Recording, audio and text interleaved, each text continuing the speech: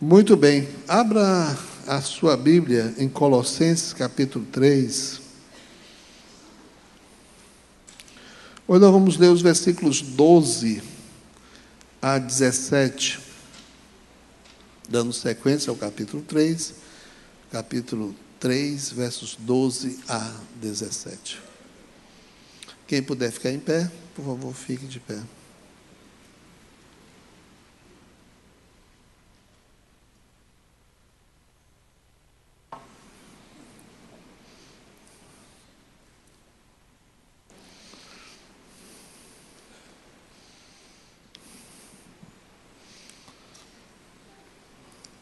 Colossenses capítulo 3, a partir do versículo 12, leremos até o verso 17.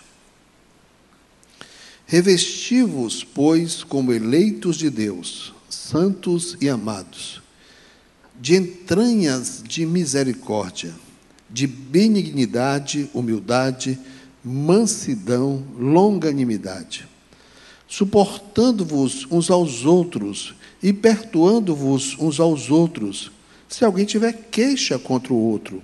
Assim como Cristo vos perdoou, assim fazei vós também. E sobre tudo isso, revesti-vos de amor, que é o vínculo da perfeição. E a paz de Deus, para a qual fostes chamados em um corpo, domine em vossos corações e sede agradecidos.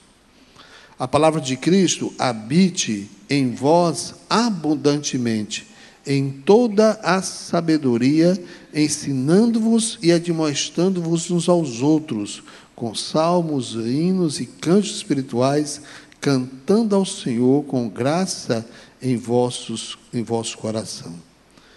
E quanto fizertes, por palavra ou por obras, fazei tudo em nome do Senhor Jesus, dando por ele graças a Deus Pai. E tudo o que fizestes, fazei tudo em nome do nosso Senhor Jesus Cristo, dando por ele graças a Deus Pai.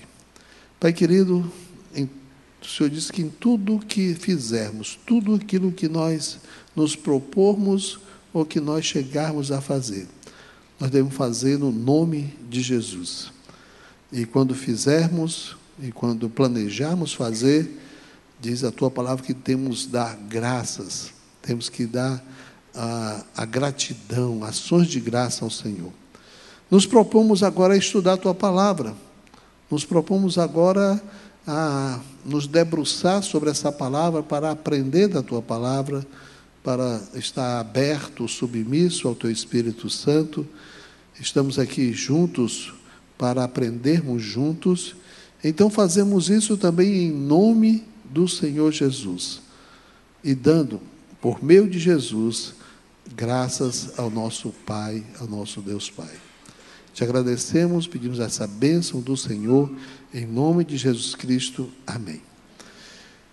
Podia sentar, amados. Capítulo 3, desse trecho que nós acabamos de ler, trata do que nós chamamos na Bíblia dos deveres mútuos, ou dos mandamentos da mutualidade, e vamos falar sobre isso daqui a pouco.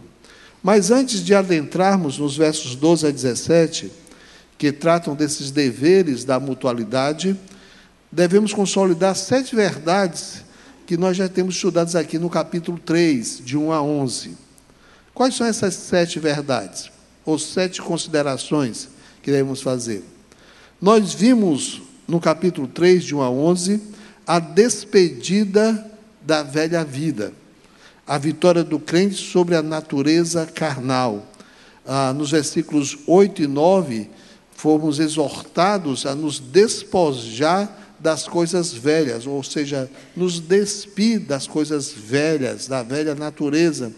E nos versículos 10 e 12, foi nos mandado que nós nos vestíssemos, e a palavra usada é revestir. É como se nós estávamos com a roupa velha, vestidos, tiramos, agora temos que nos revestir de uma roupa nova, que é a roupa da nova natureza. Nós somos chamados a fazer esse despir e a esse revestir. A segunda coisa que quando Paulo nos diz para despojarmos-nos do velho homem, está baseado na verdade que ele deu no capítulo 1 e no capítulo 2 de Colossenses, que Cristo venceu. E nisso, quando nós falamos que Cristo venceu, amados, é bom nós voltarmos ao Éden, porque a Bíblia diz que houve somente 2 homens perfeitos, o primeiro Adão e o segundo Adão. O primeiro Adão é o Adão do Éden, que fracassou, e a consequência está na nossa vida, na vida da humanidade. E o segundo Adão, que a Bíblia chama, é Jesus, o homem perfeito, que foi fiel e cumpriu o plano de Deus. Então, colocamos aí, que essa vitória do novo Adão sobre a derrota do velho Adão. A derrota do velho Adão foi no jardim do Éden e trouxe a morte. Todos pecaram em Adão e todos morreram em Adão. A humanidade foi separada de Deus e a morte entrou no universo. Mas na cruz e na ressurreição de Cristo, o novo Adão trouxe vida àqueles que creem. Então, enquanto morte no Éden, nós trazemos, a Bíblia traz a vida na cruz de Cristo. Com a derrota de Adão, aconteceu a velha natureza, a natureza carnal do homem.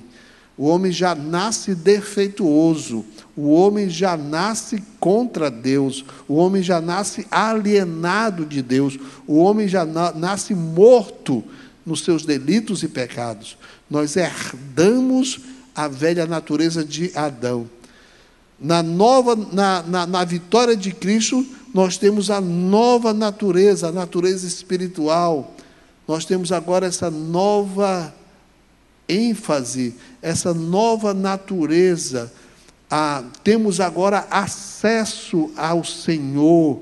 Nós temos agora a comunhão de Deus. A nossa vida foi transformada. Numa linguagem bem bíblica, nós nascemos de novo, temos agora uma nova natureza.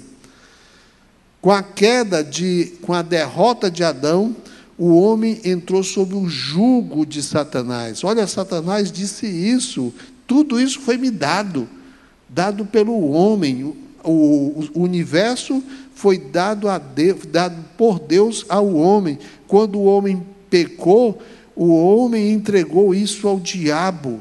O homem sem Cristo, a humanidade sem Deus, vive debaixo de um jugo do império das trevas. Quando nós fomos salvos, quando nós nos convertemos, agora nós fomos libertados do império das trevas, e esse jugo diabólico saiu, e nós estamos debaixo do senhorio do nosso Senhor, amado, bom pastor, o Senhor Jesus. Então, também, quando nos diz para nos revestir do novo homem, está isso baseado nessa vitória de Cristo, no que Cristo é e no que Cristo fez por nós. A terceira verdade que nós devemos lembrar é que não esqueçamos que a guerra é cósmica e o inimigo é astuto e poderoso. Vivemos ainda não somente numa luta contra a nossa velha natureza, não somente uma luta contra uma sociedade sem Deus, anti-Deus, mas vivemos também numa luta cósmica. Há poderes diabólicos, satânicos, agindo no planeta Terra. Inteligentes, espertos, maus, odeiam os homens e querem destruir a humanidade. Mas nós lembramos, que Cristo realizou a obra salvadora.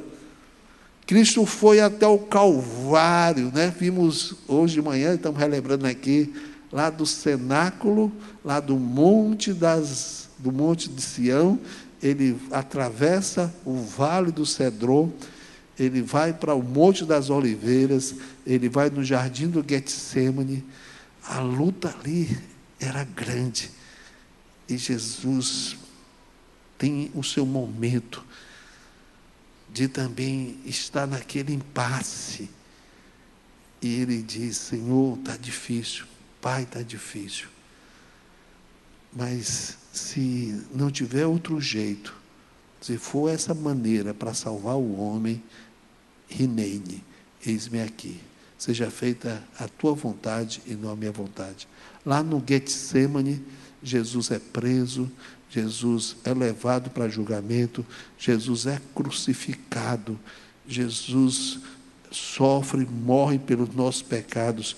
Ele alcançou, ele realizou a obra salvadora. Ao terceiro dia, Jesus ressuscitou, dizendo: eu venci a morte, que é, qual o seu grande inimigo, qual o seu grande pavor? É a morte.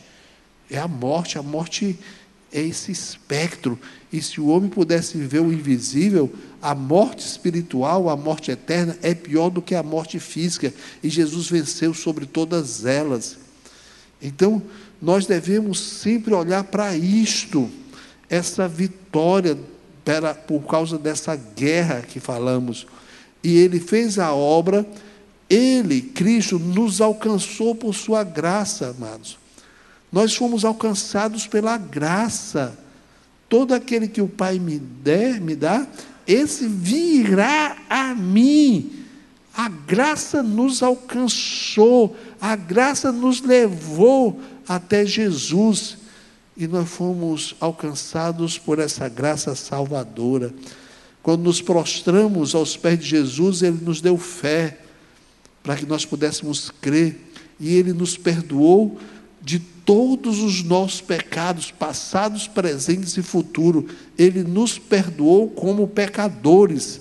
Perante Deus, toda a dívida do nosso pecado foi pago.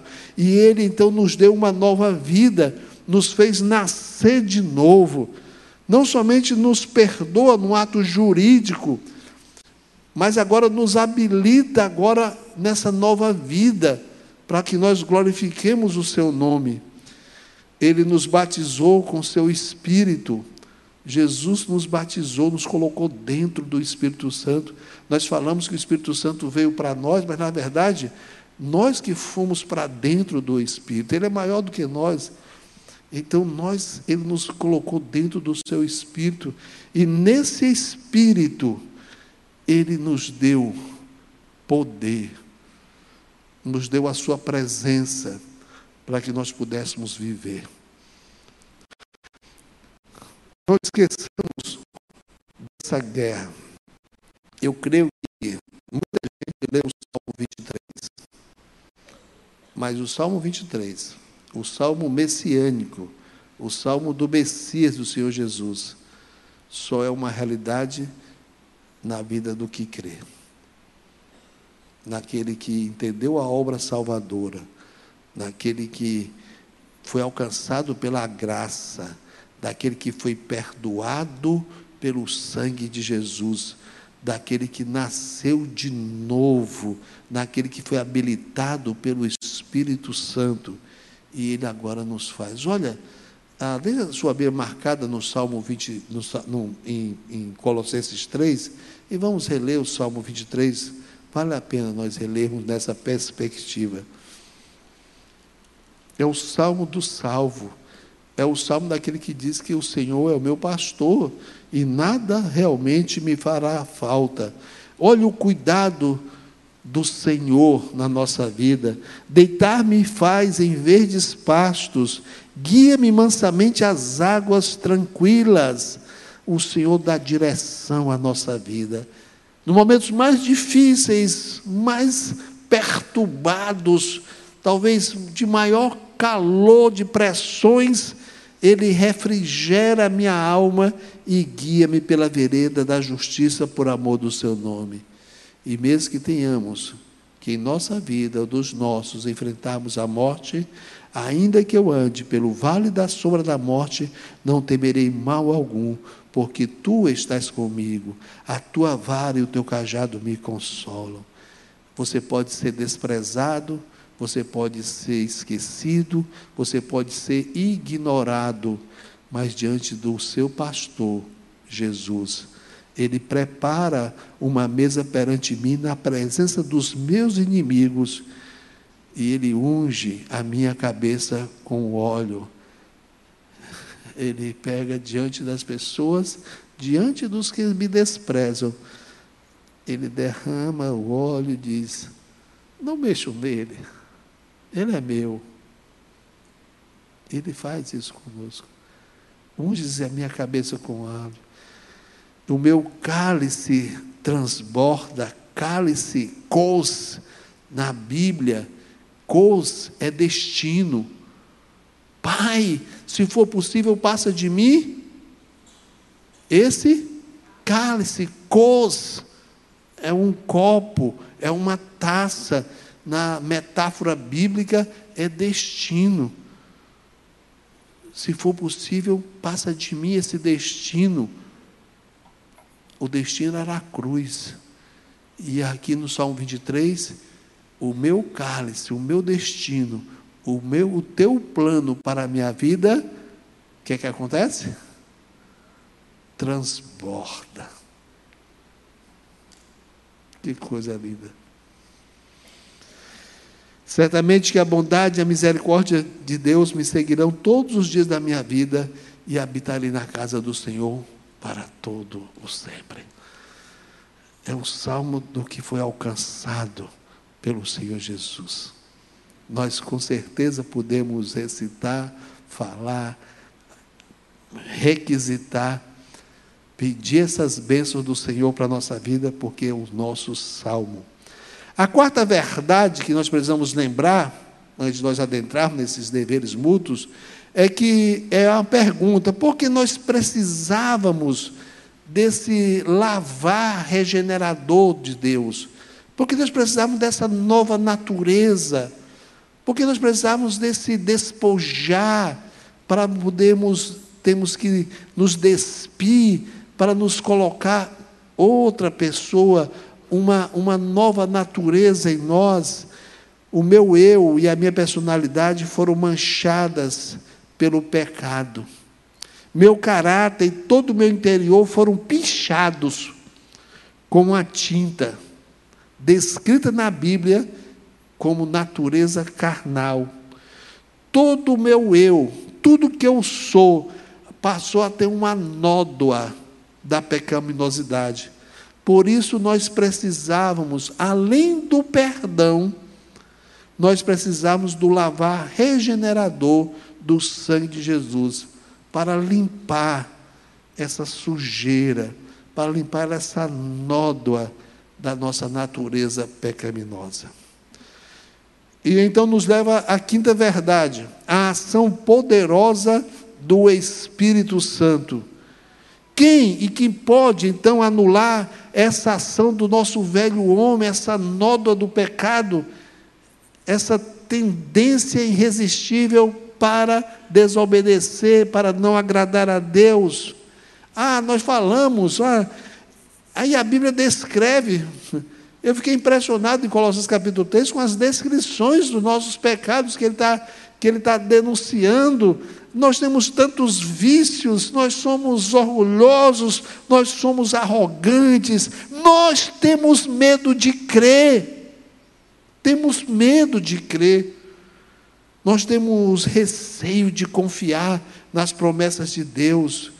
Nós temos velhos hábitos, nós temos indolência, nós temos hipocrisia, nós temos preguiça mental, não estudamos a palavra como nós deveríamos estudar, nós temos uma preguiça espiritual, nós não oramos o quanto devemos orar, nós temos uma preguiça comportamental, nós não vivemos o projeto de Deus para a nossa vida. Então, nós precisamos, nessa nova natureza que Ele nos dá, a presença e o poder do Espírito. Só Ele pode conter esse mal, só Ele pode vencer, só o Espírito Santo na nossa vida pode segurar na cruz aquele moribundo do velho homem que quer sair da cruz para nos dominar, para nos vencer, para fazer agora que nós sejamos a vida daquela velha natureza. Somente o Espírito Santo na nossa vida é que pode dar força, energia, dar poder, para que nós possamos dominar aquela velha natureza e deixar a nova natureza agir. E nós falamos sobre isso, amados. Qual é a minha participação? Cristo fez a obra dele. Se você pensar na morte vicária de Jesus, se você pensar na morte substitutiva de Jesus, se você pensar na ressurreição de Jesus, na entronização de Jesus, no envio do Espírito Santo, nos dá uma nova natureza, tudo é obra de Jesus. E agora, qual é a minha participação nisso? Paulo diz que nós devemos, em nome de Jesus, nos despir de toda a porneia, todo tipo de coisas impuras, toda lascívia, todos os desejos malignos. Nós devemos nos despir da ira, do desejo de retaliação, do desejo de vingança, das nossas maldades, das nossas maledicências, das nossas mentiras, dos nossos enganos, das nossas avarezas. E essa luta, ele nos dá poder, mas tem que ser uma decisão sua, tem que ser uma decisão de cada um, e isso todo dia. E nós perguntamos, falamos, que características quero carregar comigo e o que devo espelhar diante da vitória de Cristo em minha vida? Quais características que eu quero carregar? Não há mais sentido eu viver com as roupas do escravo do diabo. Ora, eu fui feito um novo homem. Foi-me dado de beber do Espírito Santo de Deus, de uma fonte a jorrar em minha vida. Foi-me dado, então, uma nova natureza. Foi-me dado esse privilégio de Deus comigo. Foi-me dado a honra de ter sido escolhido por Deus. Eu sou agora herdeiro de Deus. Eu agora sou co-herdeiro de Cristo. Por que, então, nós vamos andar agora ainda com os mulambos do diabo, com os farrapos de Satanás? Porque nós vamos andar com as roupas fedorentas da velha natureza, quando nós podemos nos vestir das roupas celestiais, revestir do novo homem segundo Cristo. Olha, você está com a Bíblia aberta em Colossenses, capítulo 3, olha o versículo 10, é isso que ele nos chama a fazer. E vos vestistes. Vocês agora tiraram as coisas, esses andrajos do diabo, do velho homem, e vos vestistes do novo, que se renova para o conhecimento segundo a imagem daquele que o criou. Na nova roupa, na nova vestimenta, no novo andar, nas novas atitudes, no nosso falar, no nosso comportamento, no nosso viver, nós espelhamos quem nós somos. Nós somos agora, devemos espelhar a imagem de Jesus em nossa vida. É por isso que Colossenses capítulo 3, versículos 1 e 2, começou com duas coisas. Eu gostaria que nós lembrássemos disso. Começou que nós devemos o quê? Buscar as coisas que são lá de cima. Porque tudo começa, meus amados irmãos, na nossa mente. A guerra é na mente. A guerra começa aqui, na nossa mente. A mente é que vai processar as coisas, a palavra, a promessa, as garantias de Deus, as ações de Deus, o poder de Deus. Por isso ele começa a buscar, o sentido aí de desejem as coisas celestiais na sua vida. E no versículo 2 ele diz, pensai nas coisas que são lá de cima. E o sentido é de priorizar. Não somente pense, não somente busque, não somente deseje, mas coloque isso como prioridade. Pensai nas coisas lá do alto. Aquilo que nós pensamos vai ser aquilo que nós fazemos. Então pense nas coisas lá do alto. Pense na sua nova vida. Pense em Colossenses 1 e 2, o que Cristo é e o que Cristo fez. Você com Cristo, você tem todas as coisas que você precisa para você viver, você crescer, você ser vitorioso na vida cristã, você ser um servo e uma serva nas mãos de Deus. Quando nós nos conscientizamos de tudo isso, amados, Ele agora nos manda para que nós andemos agora na nossa comunhão com os irmãos. Até agora era o meu com Deus, o meu andar com Deus. Era o meu pensar, era o meu buscar das coisas celestiais, era aquilo que eu tinha que arrancar, extirpar da minha vida, era aquilo que eu tinha que se despojar das coisas ruins, é aquilo que eu tinha que me vestir, e agora eu estou habilitado para poder compartilhar isso, para viver isso no corpo de Cristo. É porque nós chamamos esses mandamentos os mandamentos da mutualidade. E nós vamos encontrar aqui, não sei se já falei sobre isso, pelo menos não, vamos encontrar 4 mandamentos da mutualidade. Mas, pastor, eu olhando versículos aí, versículos 12 a 17, se você contar, eu contei, fui procurar no original, aí tem 15 verbos, no versículos 12 ao versículo 17. Verbos de ação, né? Verbos que expressam ação, expressam pensamento, verbos que vão expressar os nossos sentidos.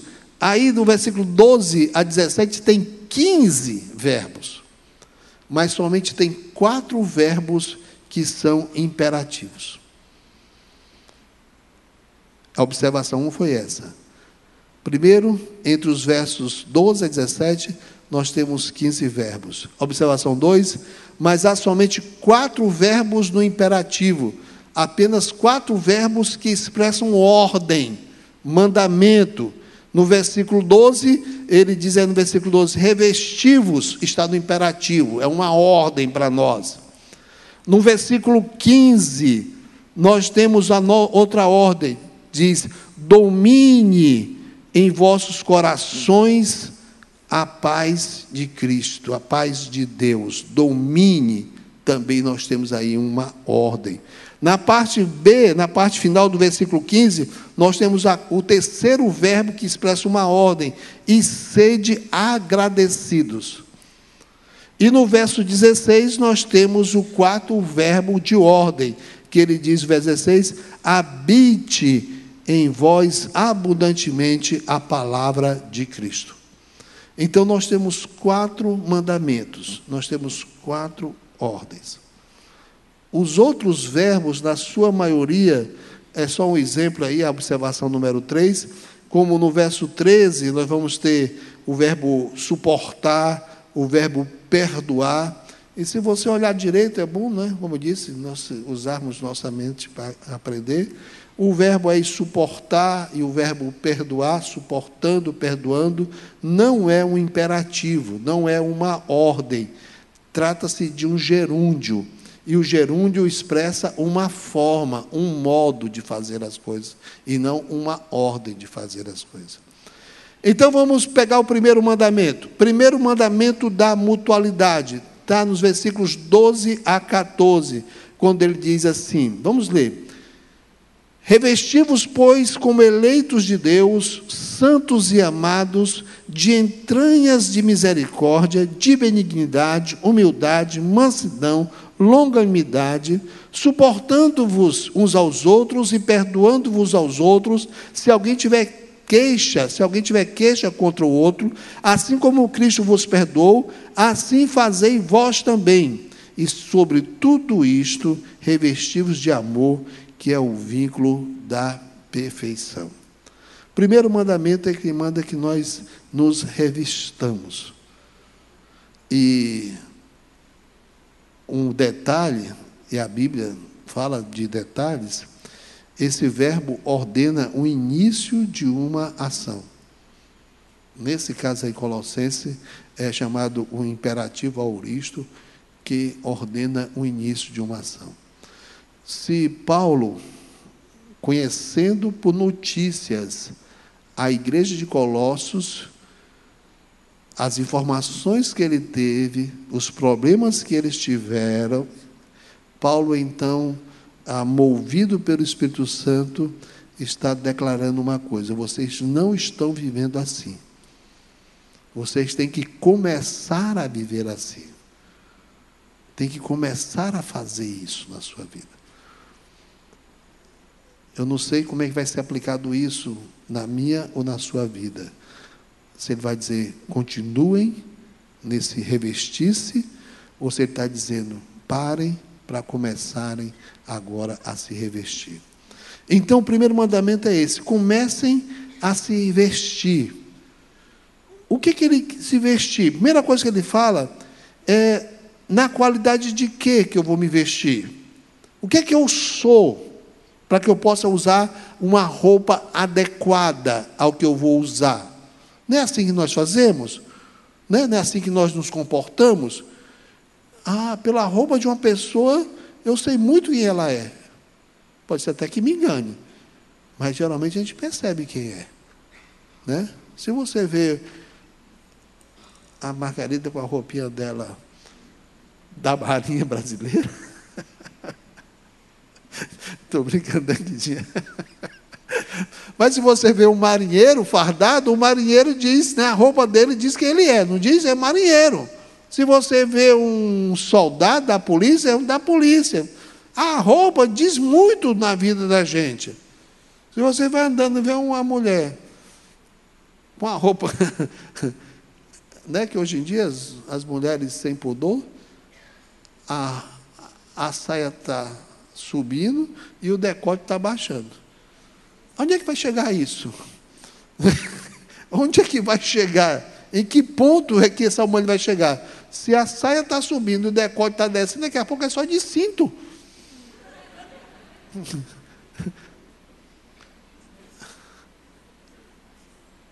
A roupa adequada.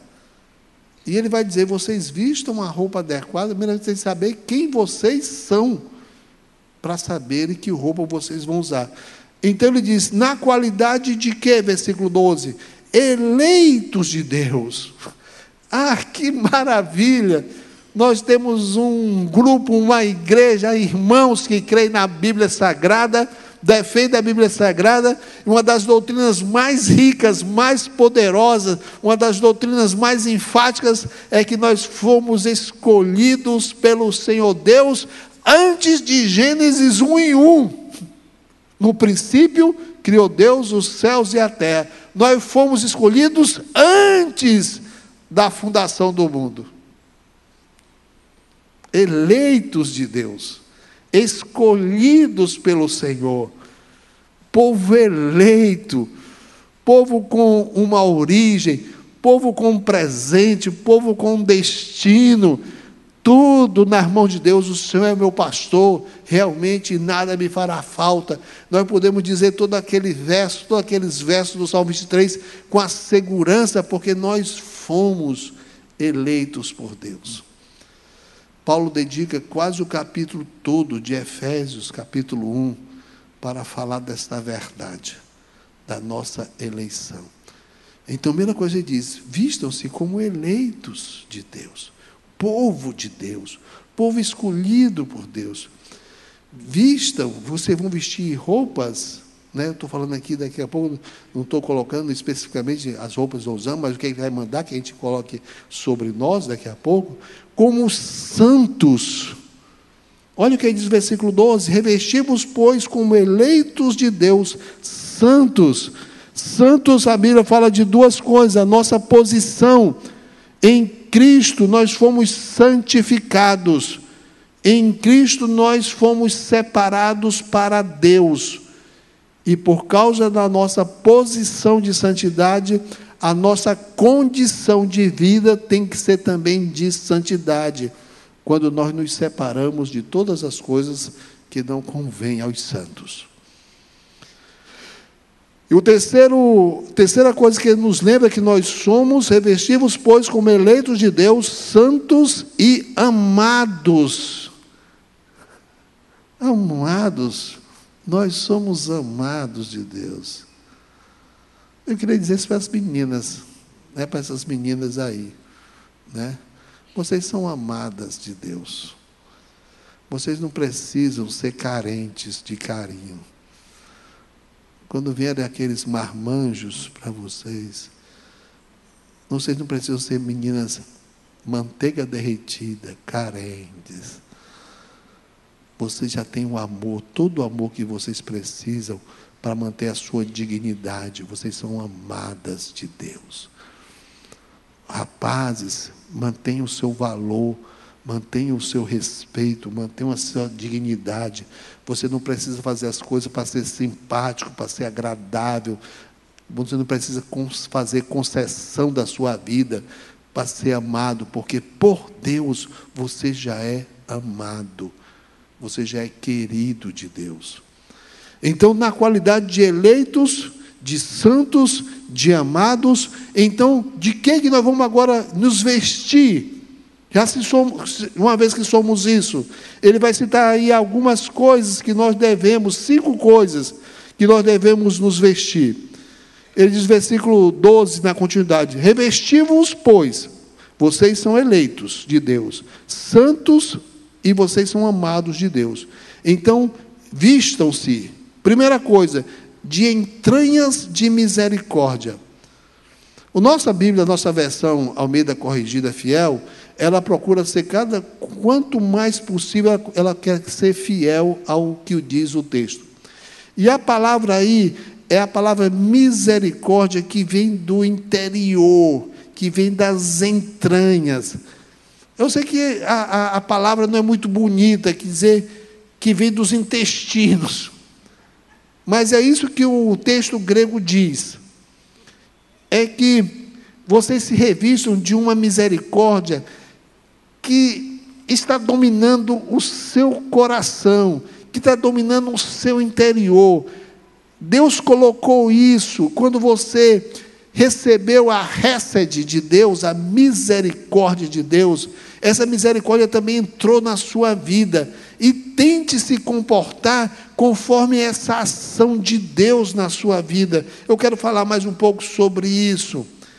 É alguma coisa que nos comove e que nos guia dentro dessa misericórdia que nós já recebemos de Deus. Gente, Deus é misericordioso? É?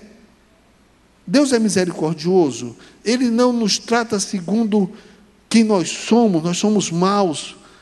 Deus é misericordioso ou não? É? É demais, né? É sim. Veja como Deus tratou Davi.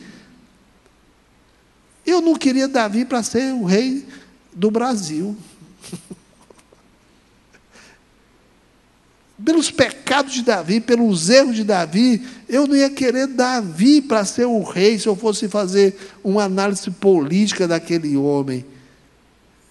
Mas Deus, na sua misericórdia, disse: eu posso agir nesse homem, e esse homem vai ser conhecido pelo resto da humanidade, pelo resto da história do universo, como um homem segundo o meu coração. O que é isso? Misericórdia. Misericórdia de Deus. Revistam-se dessa misericórdia de Deus. Eu fiquei decepcionado com Pedro. Pedro andou 3 anos com Jesus, irmã Lena. 3 anos aprendendo com Jesus, fazia parte da elite. Quando Jesus queria dizer alguma coisa especial, chamava quem? João, Pedro e Tiago. Fazia parte da elite dos apóstolos, sempre era João, Pedro e Tiago que ele chamava. Quando chegou na hora mais importante, lá no Getsemane, quando chegou naquela parte mais importante, na véspera da morte, 3 anos ele havia sido preparado para aquilo. Foi o que ele fez? Negou Jesus. Quantas vezes? 3 vezes. Jesus vai para a cruz. Quando Jesus ressuscita, aparece às mulheres e diz: olha, eu quero me encontrar com meus discípulos. E diz a Pedro que eu estou indo para Galiléia, que ele pegue a próxima Topic, a próximo Uber, e vá para lá que eu vou me encontrar com ele lá. Diz aos discípulos e diz a Pedro. Um capítulo da Bíblia foi escrito só para mostrar a misericórdia de Jesus para Pedro. Qual foi? João capítulo 21. O Evangelho de João terminou no capítulo 20. Jesus morreu, Jesus ressuscitou. Terminou no capítulo 20.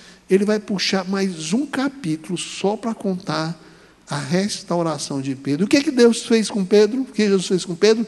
Pedro, te perdoo. Você pisou na bola, você fez feio, você me negou, você espraguejou Pedro. Agora, Pedro, tu fica aí atrás dos apóstolos, fica só dando apoio.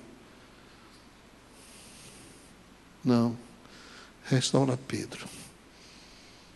Completamente. O Jefferson estava dizendo uma coisa ontem, eu estava me lembrando da minha vida. Um dos primeiros estudos, eu fazia muitos estudos quando eu me converti, logo depois que estava no seminário também, e eu fazia muitos estudos para mim, eu pregava menos e estudava mais. Eu gostava muito naquela época. Eu não tenho mais mensagem para a família, eu não tenho mais, gente. Todo sábado eu tenho que pregar mensagem para a família, né? Mas naquele tempo eu estudava mais e pregava menos, eu fazia mensagens para mim. E um dos temas da mensagem que eu fiz, acho que eu preguei algumas vezes, até uma série de estudos, viu, Jefferson? Era o seguinte: onde Pedro aprendeu tudo isso? Eu pegava a primeira e segunda epístola de Pedro e tirava todos os ensinamentos de Pedro que ele tirou dos evangelhos. Né? Não sei se alguém pegou esses meus estudos, estão passando por aí. Mas o tema era esse. Onde Pedro aprendeu tudo isso? Pegava toda a análise de 1 Pedro, 2 Pedro e mostrava que Pedro estava apenas repetindo aquilo que Jesus tinha ensinado nos evangelhos. Você falou sobre isso ontem. Restaura Pedro. E não colocou Pedro atrás, não colocou Pedro no meio, colocou Pedro no lugar que era. O que é isso, gente? Misericórdia. Entranhados afetos de misericórdia. Entranhados das entranhas misericórdia. Abraão decepcionou o Senhor. Jonas decepcionou o Senhor. Mas esse amor, essa misericórdia, esse hesed de Deus que Ele quer que nós tenhamos, tem 3 qualidades. Alguém lembra quais são? É aquele amor com compromisso, é aquele amor sacrificial e é aquele amor incondicional. Ele faz isso. Ele diz: revistam-se disso. Entranhas de misericórdia. Benignidade é a segunda coisa que ele cita. O que é benignidade? É ações concretas de amor. Eu posso amar as pessoas, eu posso gostar das pessoas, eu posso falar que gosto, posso falar que amar, mas eu posso muitas vezes na minha vida ser incoerente, não praticar esse amor. A benignidade é quando eu pratico esse amor, quando eu levo a ação do amor. Quando eu coloco na minha vida o desafio de praticar essa palavra de Deus na minha vida.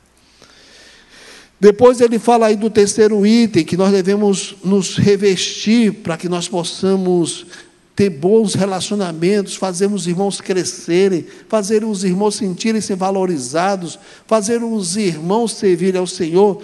O terceiro elemento é a humildade. Humildade é saber que nós somos perante Deus e nós não temos vergonha de dizer e não temos vergonha de demonstrar que nós dependemos de Deus. Nossa casa, nós nos reunimos de manhã, no almoço, e quando às vezes nós chamamos de jantar, nós nos reunimos e agradecemos a Deus. Agradecemos porque Deus nos deu a provisão. Mas também, quando nós saímos, estamos num restaurante, numa lanchonete, nós não temos vergonha de dizer que nós estamos agradecendo a Deus pelaquela comida. Humildade É você reconhecer que você depende de Deus, quem você é perante Deus, e que tudo vem de Deus, e que você se humilha perante o Senhor. Quando nós vivemos assim, nessa dependência de Deus, nossos relacionamentos ficam melhores, porque todos nós somos carentes dessa glória de Deus. Uma das coisas mais difíceis da humildade é quando nós temos que sacrificar lá no altar de Deus. Uma das coisas que nós mais prezamos, que é o nosso orgulho. Pedir perdão, reconhecer erros, falar das nossas reais necessidades. Isso é humildade.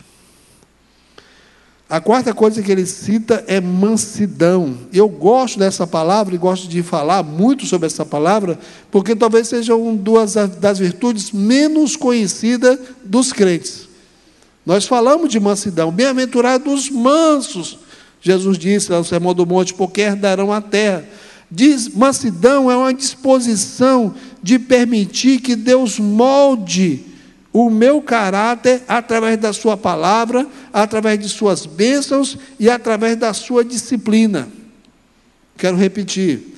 É a disposição de permitir que Deus molde, que Deus trabalhe no meu caráter através da sua palavra, através das suas bênçãos e através também das suas disciplinas, das minhas crises.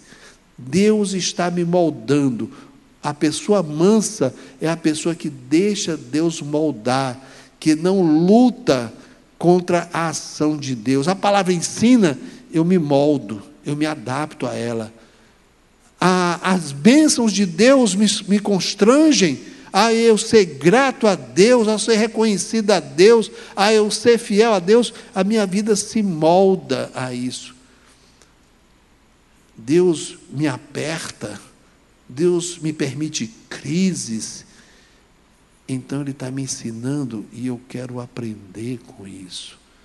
Mansidão é a pessoa que é domesticável, a pessoa que é ensinável, a pessoa que é capaz de aprender com Deus.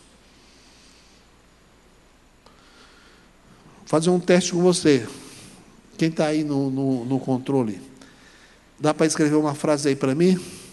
Vamos lá? E eu quero que vocês me digam quem disse essa frase. Abre aspas. Se me levar tudo, significa me levar para mais perto de ti, então glória a Deus. Louvado seja o teu nome. Vamos lá? Fecha aspas. Se me levar tudo, significa me levar para mais perto de ti, então, glória a Deus. Louvado seja o teu nome. Se tudo meu for levado, se tudo eu perder, se tudo agora não tiver mais nada, mas isso me levar para mais perto de Deus, então, glória a Deus, louvado seja o nome de Deus. Se me levar tudo, significa me levar para mais perto de ti, então, glória a Deus, louvado seja o teu nome. Quem foi que disse isso? Quem foi que disse isso?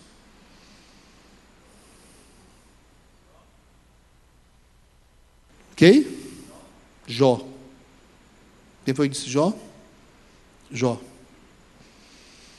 Se me levar tudo, significa me levar mais perto de ti, para mais perto de ti, então, glória a Deus. O que foi que a perda de Jó ensinou a Jó? Que Deus era tudo. Ensinável. Mas teve outra pessoa que disse também, Vanderburg. Teve outra pessoa que disse também, você acertou, mas teve outra pessoa que disse isso também. Quem foi? Sabe quem foi, irmã Liduína? Essa frase é boa, viu? Se me levar tudo, significa me levar para mais perto de ti, Então, glória a Deus, glória a ti. Sabe quem foi que também disse, irmã Liduína? Abraão disse. Abraão também disse isso. Estava lá em Ur dos Caldeus, uma cidade grande, uma cidade próxima. Deus disse: sai da tua casa, sai da tua terra, da tua parentela e vai para a terra que te mostrarei. Nem sabia para onde ir, nem sabia onde era, nem sabia o que fazer.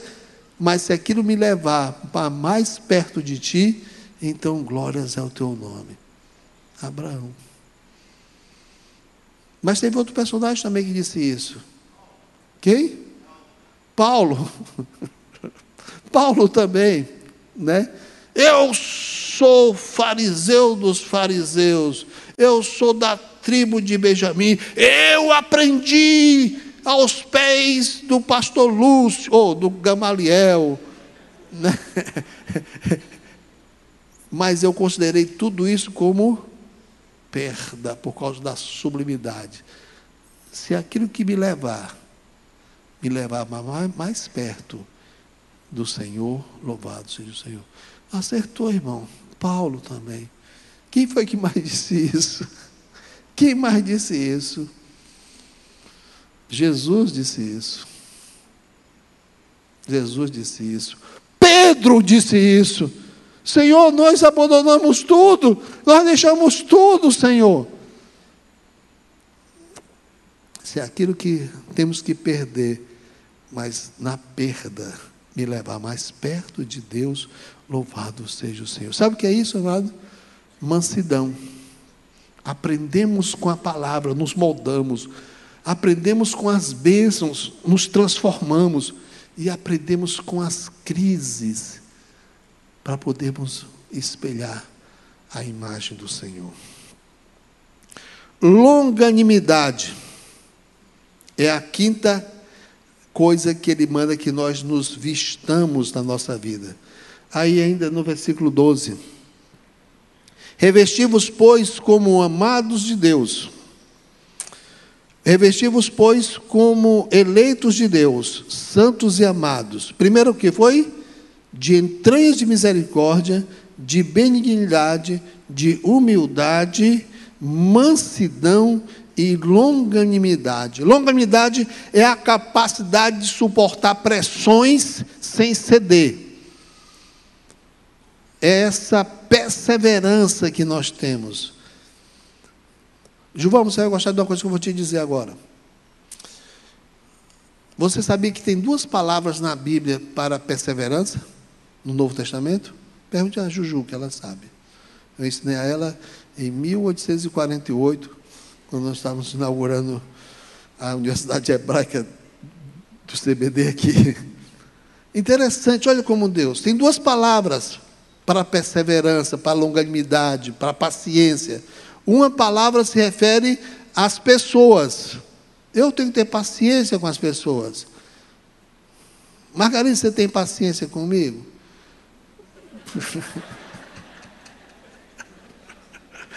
Ninguém me entende? Não é possível. Mas às vezes precisa ter paciência, né, Fofinha? Precisa, né? Paciência com as pessoas. Precisamos ser pacientes. As pessoas não crescem no mesmo tempo. As pessoas não respondem ao mesmo tempo. As pessoas são trabalhosas muitas vezes. Tem uma palavra no grego para paciência com as pessoas. E fala resistir à pressão da impaciência. Dá vontade de a gente matar algumas pessoas? Dá vontade de a gente, né? Aragão, você me desperta desejos homicidas, Aragão.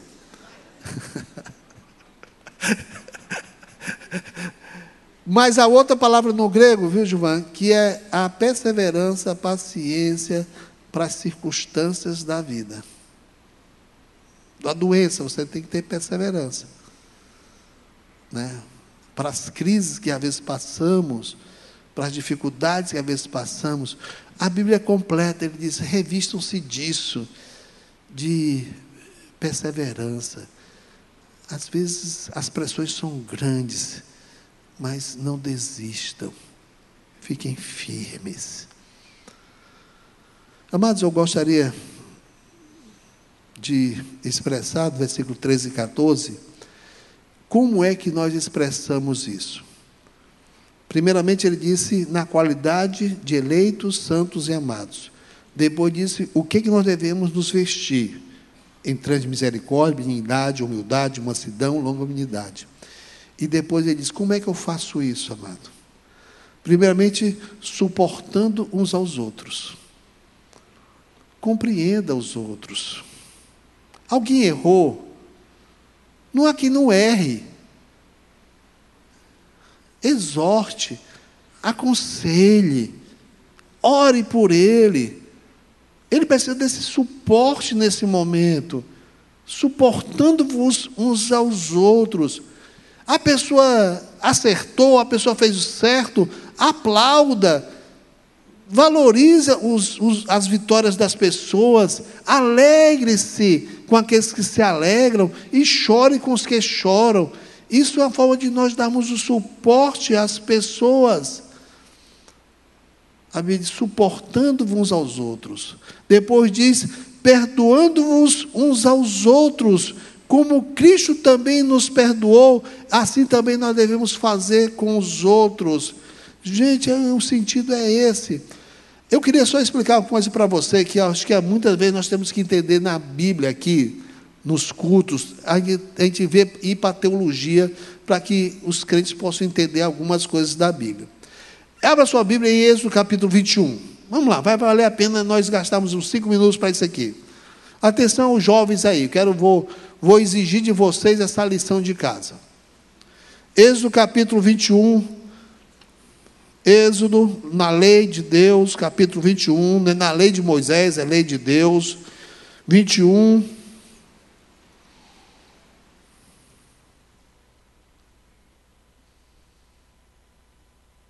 Versículo 23.